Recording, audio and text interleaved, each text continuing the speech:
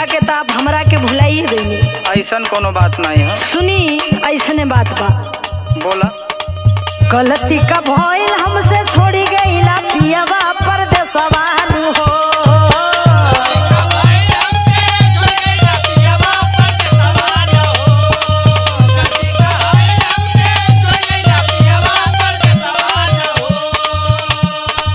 गलती का भइल हमसे छोड़ी गईला पियवा परदेसवा नु हो। पिया देही गईला हमके कल सवालु हो।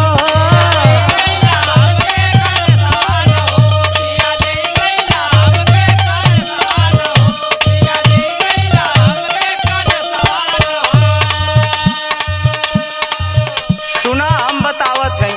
बताई। तोहार कौनो गलती ना बा। सुना गलती ना भइल तो से कौनो ना बाटे कल सवाल हो।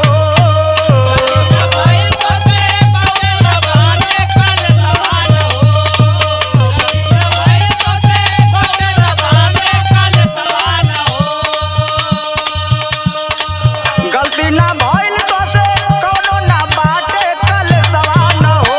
आके फंस गइल धनिया विदेशवा नु हो।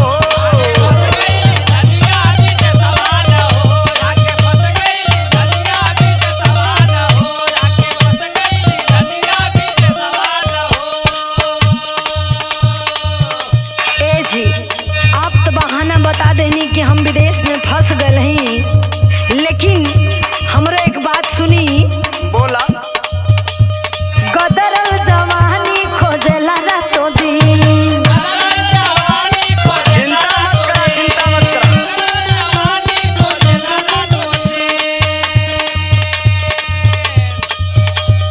से जिया उदास अब रहेला तोहरे बिन।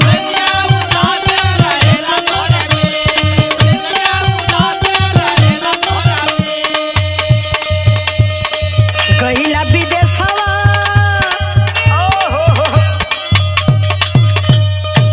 गईला विदेशवा तू भेजला ना कहू सने सवाल हो।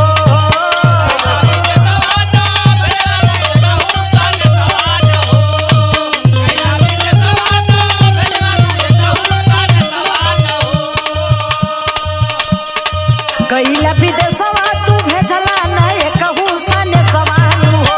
पिया देई गईला हमके कल सवाल हो।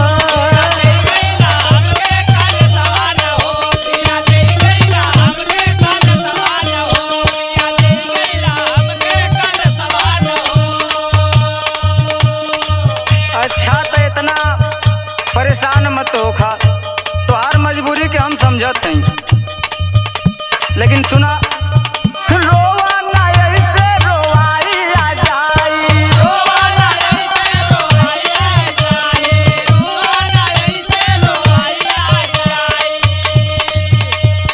धीर धरा धनिया कमाए कुछ पाई।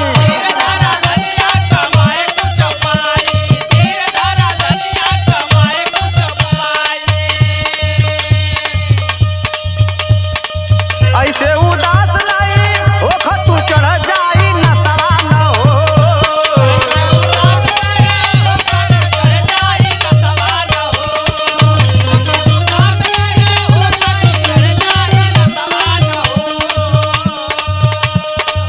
ऐसे उदास नहीं होख तू चढ़ जाई नसवा न हो।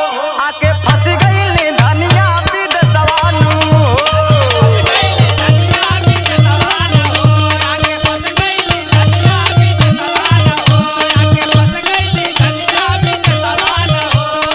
ए जी सुनी। बोली। गोदिया में दिहला नहीं कोललना। घबरा मत, तोहर वचन ना पूरा हो जाई। बिरही बना के तू गइल सजना।